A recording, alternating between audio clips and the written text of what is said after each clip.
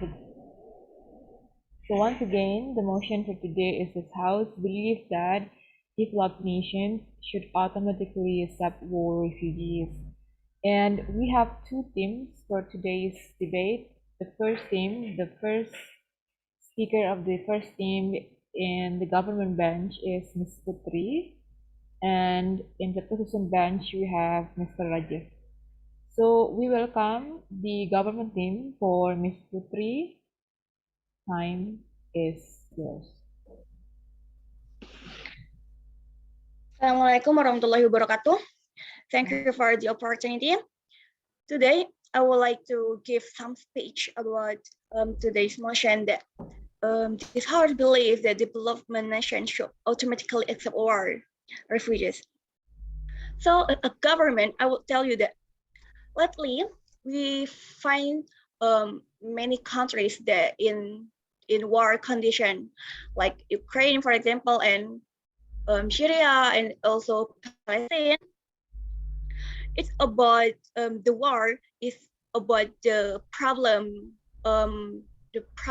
of the country and other country, right? But their people have no idea with that. Their people have no deal with their country. Even their country, they have no deal. They don't know what sometimes they don't know what happens. Sometimes they don't accept the war, but they became the victim there. They get the first war maybe, or they got some shot by the armies or by the soldiers. So when they decide to be a migrant, to move to some countries that actually, it means that they already desperate, they already feel hopeless. They need the protection, they need the place, the safety place to live with their family. They need to have some food. So that's why that developed nation should automatically accept them and give them maybe some food, or just give them the place until they can have their own job. So we are as human, we have to give, we have to share to others, we have to help them for human rights. So here I will tell you that the refugees can be an opportunities for developed nations. When they automatically accept the refugees, they have some place, they have a safety place, and they live at that country or at that nation in like 2 or 3 months, or in some year, they will become the opportunity for the country. Because if as we know that some developed nations, they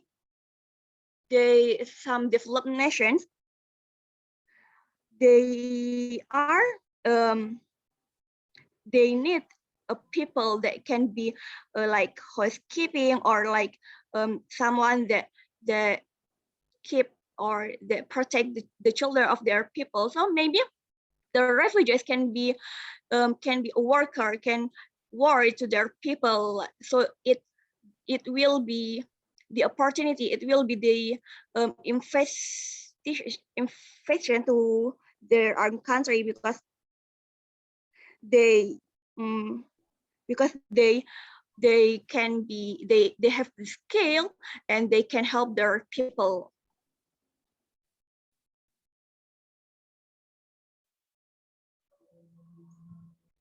So when we automatically accept the refugees, the country will will confuse or will have some problem to the legal, to the legal,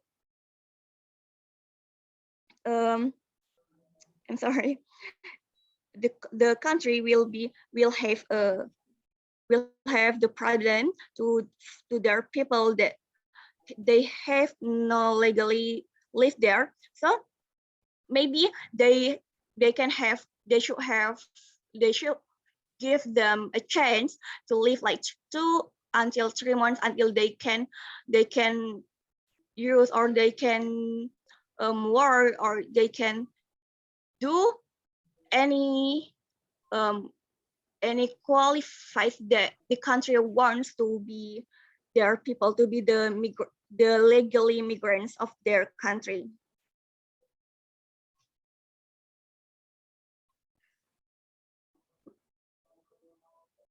So, ladies and gentlemen, refugees can also provide a debt dividend.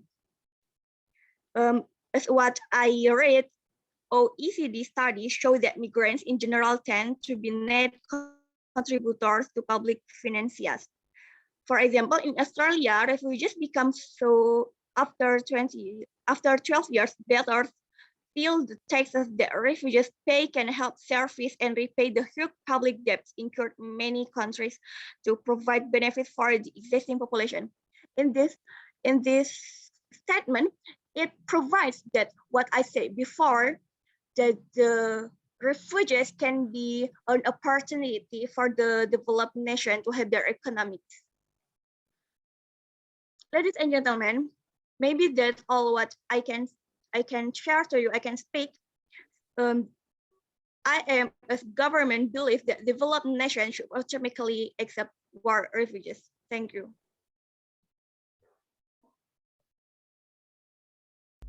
Thank you for the government team represented by Ms. Putri. You spent 6 minutes and 45 seconds in my time. I don't know if you have any other count. 6 minutes and 45 seconds. Thank you so much. Next, we are going to move on to the next speaker from the opposition bench. We welcome Mr. Rajiv to present their arguments. Mr. Rajiv, time is yours.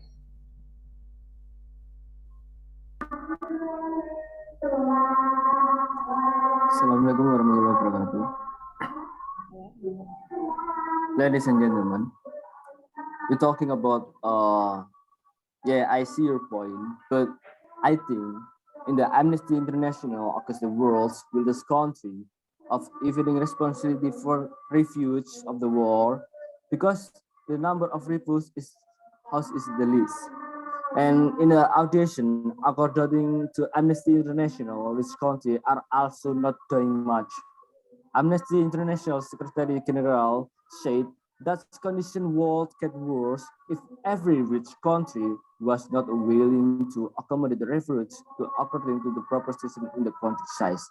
And I think the rich country or a development country is not every help, every help and every to take risk to take the refuge of the war, because this country know about the economic, about the regulation of the war, about the everything, the proportion in the war. I think the rich country or development country has known about the refuge, and the country has the most refuge in the country. About the 8 million people there are among the refuge. I think as so many people turn to refuge in the world, turn a small number of the countries left alone the carry too much a burden because they are a neighbor to country in the crisis. And I think everything the country has the neighborhood in the country war has to help to the many refugees. And I think the country in the besiege to help the refugee war, I think it's not probably work. And that's the matter. In the country, if the country work to take them the refuge in the war, is husband to support support the war, support the country to reverse the war. And I think if maybe Russia to attack the Finland, to attack Ukraine, and UK help the Ukraine, probably Russia think UK has the join with the Ukraine, and I think the high price to the take some the refuge, take some the refuge of the war. And in if the refuge responsibility are different among the responsibility in the proposition in the country, I think has is that the good work. But I think in the many people in this refuge of the war, I think it has a panic attack to the finding about the regulation, to the know about the status quo in the country, and I think it's very hard to believe.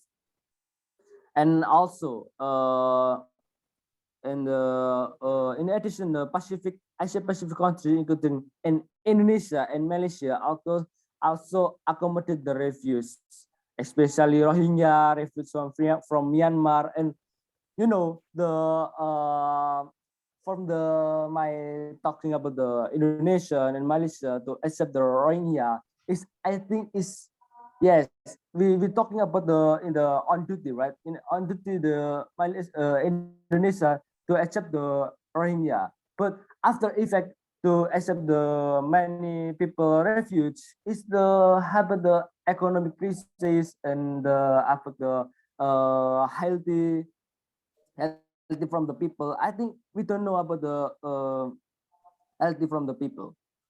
So in the I think the falling division of the responsibility in the refuge means to some participant in the countries.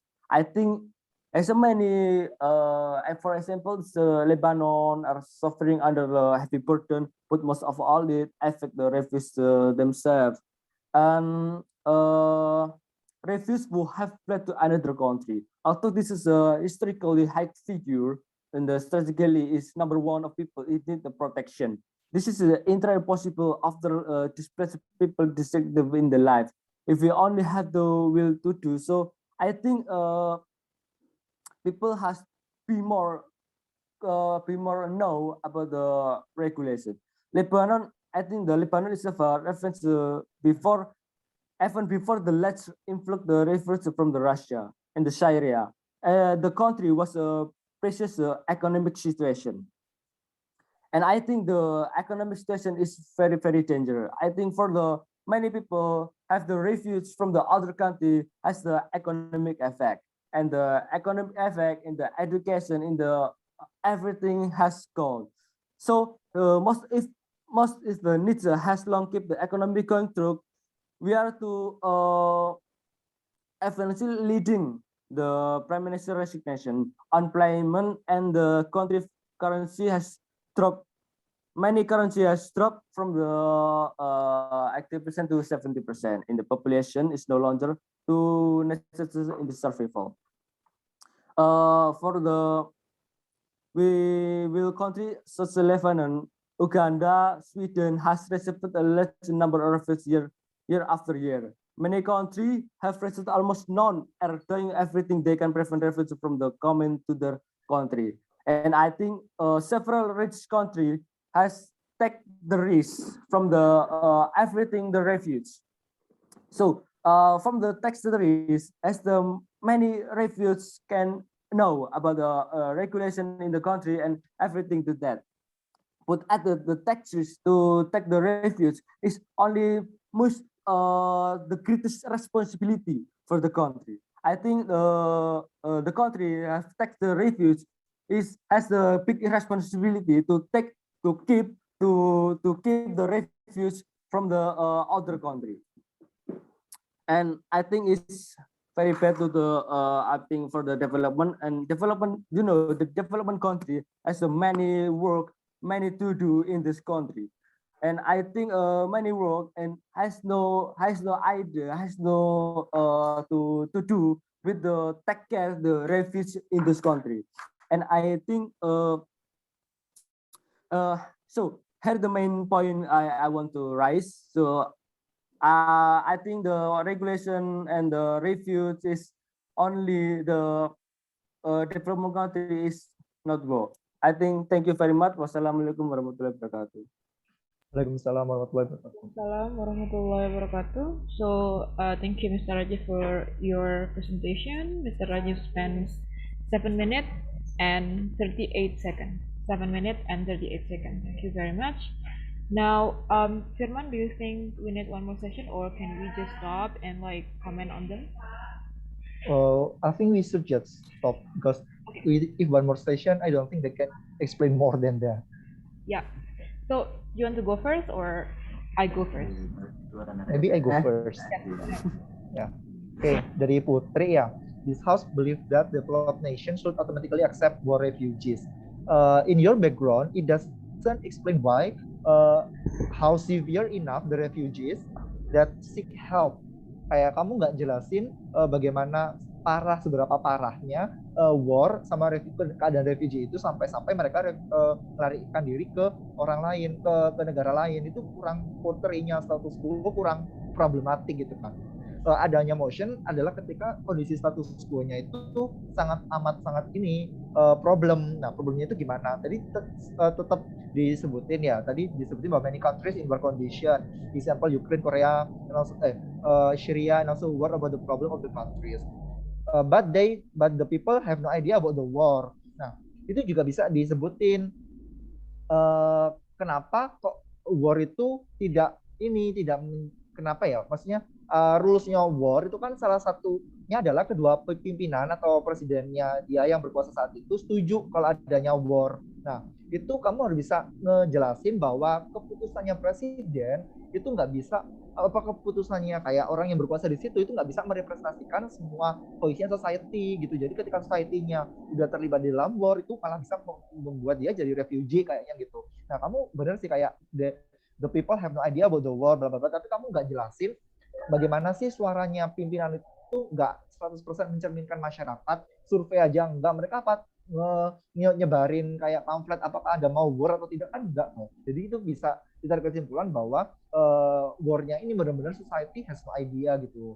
Terus kemudian kamu tiba-tiba langsung ngomong, so that's why developed nations should automatically accept. Soalnya kondisinya gini gitu kan. Apa kayak mereka need safety for the family. Tapi kamu tiba-tiba jumping ke why developed nation should automatically accept. Kamu nggak bisa narik garis atau narik benang merah. Apa hubungannya dengan adanya banyak refugee itu sebuah negara maju tetap harus bisa menerima automatically accept. Kamu nggak jelasin karakteristiknya developed nation gitu kan. Jadi why developed nation should accept. Kemudian portray kondisinya developed nation, contohnya gini ya, kalau aku contoh ya, developed nation itu adalah negara yang GPI-nya tinggi, dia memiliki kapabilitas bisa dari segi infrastruktur, bisa dari segi uang. Nah, ketika adanya refugee, itu dia bisa lebih bisa menghandle daripada developing country, daripada negara-negara berkembang. Maka dari itu, developed country ini punya power, punya namanya yang namanya kayak kegiatan hubungan antara dua negara yang namanya bilateral relationship. Dia juga punya andil dong, maksudnya dia juga sebagai neighborhood yang selama ini trading, for example, yang selama ini mereka diskusi tentang politik, tentang ekonomi. Nah, ketika ada war pun mau nggak mau dia juga sedikit banyak memiliki responsibility juga kepada negara sebelahnya gitu. Soalnya kan memang dia selama ini sudah menjalin hubungan bilateral. Nah, maka dari itu dengan kemampuannya dia develop country, makanya dia memiliki bisa accept gitu, bisa accept yang namanya refugee. Terus juga kamu bisa tadi ngejelasin bahwa ini refugee-nya bisa kok kayak ngebutuhin develop country butuh pekerja, dia bisa ini, tapi kamu nggak ngejelasin apa bedanya imigran atau dia ngimport worker dari negara lain dengan refugee kan gitu. Coba aja diimpor dari segi ekonomi. Kalau kita ngimpor, maksudnya kita pesen imigran worker gitu, pasti harganya lebih mahal. Jadi refugee bisa win-win solution ke kita. Kita juga bisa ngebutuhin tenaga dia gitu.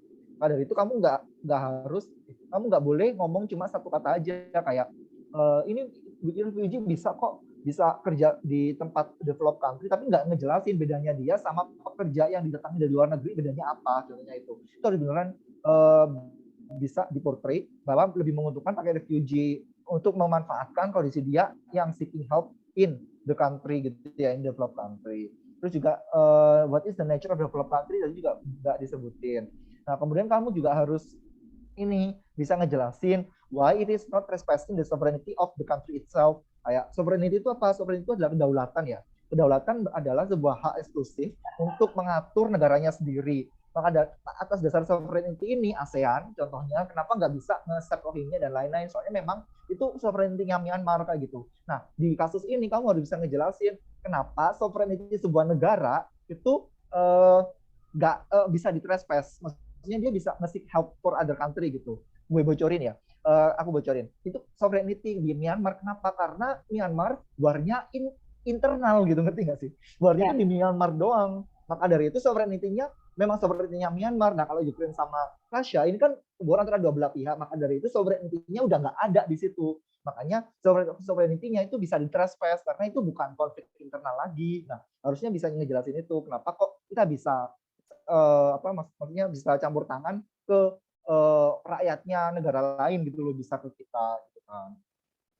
Terus juga kamu kenal yang udah ya itu untuk ini untuk Putri, karena positifnya itu perlu banyak sekali di highlight, kayak automatically accept itu prosedurnya gimana, automatically accept nature-nya refugee gimana. Kalau jadi negatif gampang dong. Kalau refugee, first of all, refugee pasti bukan kalangan yang memiliki skill. Kenapa? Karena refugee biasanya ya cuma citizenship biasa, anak-anak, ibu-ibu, orang tua kayak gitu. Masa dia langsung bisa kerja? Enggak dong. Malah jadi beban gitu loh, malah jadi beban developed country. Nah, kamu harus bisa jelasin refugee-nya ini gimana nature-nya, karena dia bisa accepted in everything developed country di negara maju ya. Untuk Rajiv, tadi kamu harus bisa ngejelasin juga nature-nya developed country, meskipun dia developed country punya duit apa banyak gitu kan, powernya banyak, tapi kamu bisa jelasin bahwa developed country itu juga facing a lot of problems gitu. Jadi nggak harus serta-merta bisa automatically accept. Kamu tadi nggak ngejelasin tentang sovereignty ya. Kalau sovereignty itu dibawa di negatif bisa, karena nggak yang namanya war antara dua belah pihak, ya udah urusannya mereka berdua gitu. Untuk ada refugee yang keluar atau enggak itu kan sudah diatur yang namanya humanitarian law. Apa itu? Itu adalah sebuah law atau hukum yang melindungi melindungi kayak hak-hak refugee. Contohnya ketika mereka war, mereka nggak boleh langsung nyerang orang lewat, nggak ngapa-ngapain ditembak, itu nggak boleh. Itu soalnya sudah diatur di humanitarian law. Mereka warnya adalah antara army sama-sama bersenjata. Arminya punya yang terluka pun atau sudah mau bilang menyerah itu nggak boleh diapa-apain. Kalian harus bisa, menurut saya pengetahuan war kalian itu kurang. Jadi war itu segala apa contohnya, terus apa aja di dalam war itu, proses terjadinya war ngapain aja, masa tiba-tiba nyerang war, nggak boleh, bukan itu namanya trespassing. Kalau war harus ayo Putri war sama Rajiv, Putri setuju, iya Rajiv juga harus setuju, kalau Rajiv nggak setuju bukan war namanya, kayak gitu, itu namanya invasion. Nah, itu harus bisa diolah lagi ya. Maksudnya penjelasan ini ketika kalian harus motionnya war, kalian harus benar-benar tahu war prosesnya seperti apa aja yang ada di dalam war itu, aktor-aktornya. Ada yang namanya refugee, humanitarian law, ada yang namanya social apa gitu, ada jurnalisme juga masuk ke war. Itu juga nanti bisa bisa dimanfaatkan ke motion yang lain. Nah, kamu juga bilang gini Rajiv, tadi sempat ada poin yang bagus ya tentang ada currency yang nantinya drop because of the population currency kan, bla bla bla itu. Nah, kamu nggak ngejelasin korelasinya tentang nilai currency value yang drop dengan jumlahnya refugee. Aku nggak bisa narik benang merahnya kayak gimana. Kalau kalian debat ya, usahakan di pikiran kalian adjudicator adalah saya Samis Nurir ya, kalau di sini ya. Kalau di lomba debat kalian harus bisa mikir adjudicator itu nggak tahu apa-apa dan harus dijelasin one by one, explain one by one. Jangan expect us to explain your argument. Belum tentu argumen kalian yang akan dibawa sesuai dengan ekspektasi saya gitu. Jadi kalian harus bisa ngejelasin dari awal, ini korelasinya gimana, currency bisa drop karena population gimana. Kalau aku jadi debater, aku bisa ngejelasin ini, tapi sebagai adjudicator nggak boleh gitu, karena kita harus objektif, menilai secara objektif apa yang kalian omongkan kayak gitu. Jadi ini kurang ya menurut saya. Terus juga we don't know about the qualification of the refugee. Nah, kamu harus bisa nerangin why qualification-nya refugee-nya itu malah ngebebanin negara developed country, itu juga kurang maksudnya. Jadi once again ya, every single motion cari intinya apa, ini di mana, kemudian apa-apa hal yang berhubungan dengan itu banyak sekali, nggak cukup 7 menit, makanya bisa 3 orang yang maju, soalnya banyak poin yang dibicarakan. Itu juga tadi kurang tentang rebuttal.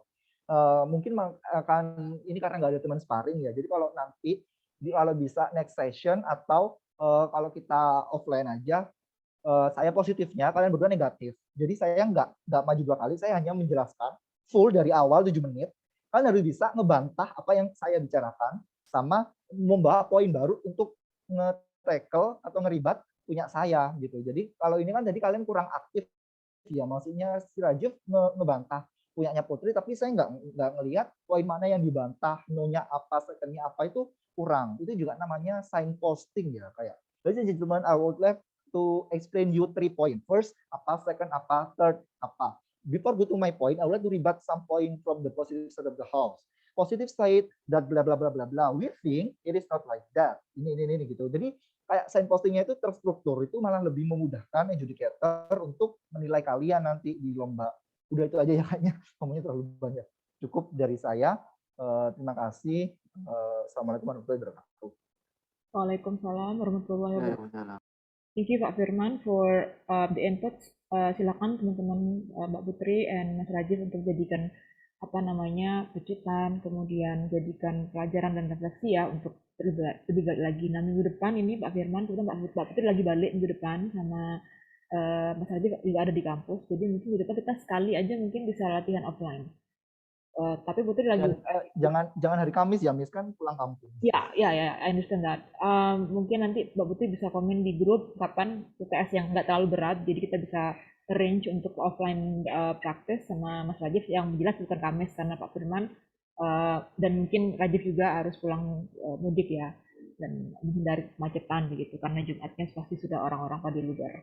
Oke, mungkin sudah dijelaskan semua oleh Pak Firman tadi. Saya cuma mau ngasih tahu bahwa this is such an improvement. Ya, menurut saya dari awal kalian latihan, saya kemarin juga bilang kepada teman-teman tidak terorder ya, tidak terstruktur. Sekarang lebih terstruktur. Jadi ya, paling tidak Anda tidak langsung masuk ke argumen, tapi Anda masih bisa ngomong sesuatu, ada konteks yang dibawa, baru Anda masuk argumennya. Walaupun memang kata Pak Firman tadi masih kurang, masih jauh. Tadi ada apa namanya, ada konteks yang dibawa dari Putri di awal tentang sometimes war is unexpected, karena nggak ada deal-dealan antara nggak terjadi persetujuan antara kedua belah pihak dan satunya nggak mau, satunya mau, misalkan kemudian akhirnya terjadilah perang, jadi akhirnya orang-orang pada hopeless dan nggak punya tempat berlindung lagi sehingga harus diterima. Kemudian ada hal-hal yang berkaitan dengan labor jobs. Jadi saya rasa antara kalian berdua yang perlu kalian tinggalkan lagi tetap ya sama komentar saya adalah your capabilities.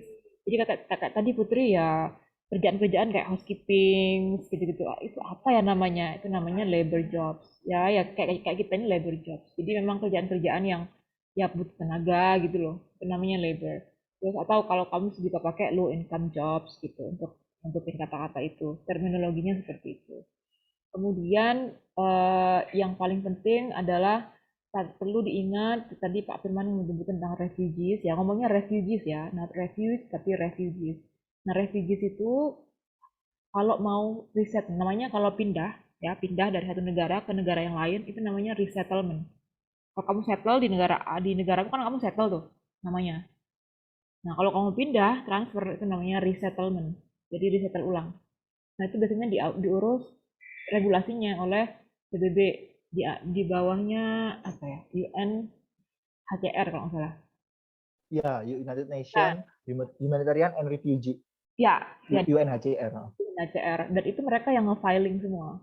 Jadi bantuan negaranya pasti juga di bawah urusannya UNHCR. Dan seingat saya dari sekian puluh juta refugees yang ada dari korban perang itu tidak bisa semuanya masuk karena kadang-kadang misalkan let's say UNHCR filing ke Swedia sebagai negara yang sangat ini, Finland, Swedia, Norway yang memang sangat sangat kaya ya dan orang-orangnya dikit, itu nggak langsung semuanya diterima, ada proses tertentu yang sangat ribet dan lama gitu, sehingga dari sekitar let's say 20 juta refugees in the world, mungkin dalam setahun UNHCR cuma bisa menggolkan berapa ratus ribu aja. Dan semuanya masih ada di mana? Di refugee camp namanya. Jadi mereka ditempatkan pada penempatan sementara dulu sebelum mereka akhirnya pindah ke resettlement. Nah, itu yang di government akan diminimize gitu loh. Akan dikurangin karena Anda sudah berpikir bahwa oke, those process are taking too long. Jadi mereka akhirnya nggak bisa sekolah, karena anak-anak nggak bisa sekolah, kemudian mereka secara apa namanya kesehatannya nggak terjamin, sehingga proses di campnya nggak lama-lama banget. So they don't take too long in the refugee camp. Jadi mereka bisa resettlement as soon as possible. Dan itu yang kamu bicarakan. Dari apa reduce itu yang kamu harus sampaikan. Kemudian mungkin di Rajif sebenarnya saya nggak terlalu banyak nangkep, tapi yang saya mau highlight tadi menurut saya again permasalahan kurangnya Rajif itu terlalu banyak contoh sehingga nggak fokus. Tadi bagus contohnya ada Rohingya tadi ya, kemudian ada Lebanon, ada Ukraine. Mungkin kalau kamu case-nya lebih spesifik atau mungkin lebih dielaborate, satu aja kalau elaborate lebih bagus daripada banyak nggak elaborate sehingga hanya loncat-loncat. Ingat bahwa satu case itu tidak bisa contohnya banyak, kadang-kadang karena apa, konteksnya beda. Tadi kayak Pak Firman bilang Rohingya itu bisa jadi nggak bisa masuk ke dalam kategori itu karena dia sebenarnya warnya war internal aja, karena mereka di Myanmar sukanya Hindu dan Buddha gitu kan, mereka memang nggak suka aja sama orang Muslim misalkan begitu. Nah, tapi yang menurut saya yang paling bagus itu adalah contohnya Lebanon. Nah, bagaimana Lebanon itu akhirnya kesusahan secara ada economic effect di situ setelah mereka akhirnya menerima refugees dari Syria. Karena emang berbatasan langsung kan sama Syria, sorry. Ada economic effect di situ, ada unemployment dan stuff like that. Itu sebenarnya di-elaborate aja. Jadi kamu nggak harus kasih contoh yang banyak, tapi you elaborate something and then you go from there sehingga kamu bisa menciptakan bahwa seperti apa. Cuma ingat apakah Lebanon developed countries atau developed nations belum tentu ya kan. Jadi mungkin itu dipertimbangkan lagi. Jadi itu dari saya intinya yang paling urgent sekarang adalah again kata Pak Firman, terakhir kalian udah mulai paham ya. Jadi kalian udah mulai paham untuk menangani structure itu. Paling nggak tidak Anda sudah tahu. Cuma memang belum secara sepenuhnya paham. Sehingga memang perlu latihan secara offline dan ada lawan. Ya, ada sparring partnernya sehingga bisa lebih fasih. Itu mungkin dari saya. Terima kasih teman-teman atas waktunya. Saya mohon maaf kalau ada salah kata dan terima kasih juga ya. Saya Pak Putri, Mas Raji, terima kasih kepada Pak Firman yang meluangkan waktu untuk memberikan ilmunya kepada kita hari ini sehingga kita bisa belajar banyak ya. We will see you again, see each other again next week karena Putri di kampus minggu depan. Intinya Mbak Putri kasih tahu jadwalnya biar kita cari jadwal yang agak lowong dan agak gampang UTS-nya sehingga kita bisa ketemu secara offline dan latihan bareng-bareng. Again, ada pertanyaan sebelum saya tutup? Mbak Putri dan Mas Rajif, question? Nggak ada? Nggak ada, Miss. Nggak ada. Great, ya kita bisa ya nanti minggu depan kalau emang tiba-tiba muncul next time ada muncul gitu. Kemarin kok nggak nanya, dan nanti kita tanyakan dari pas waktu ketemu aja. Terima kasih, saya akhiri Zoom pelatihan hari ini. Assalamualaikum warahmatullahi wabarakatuh.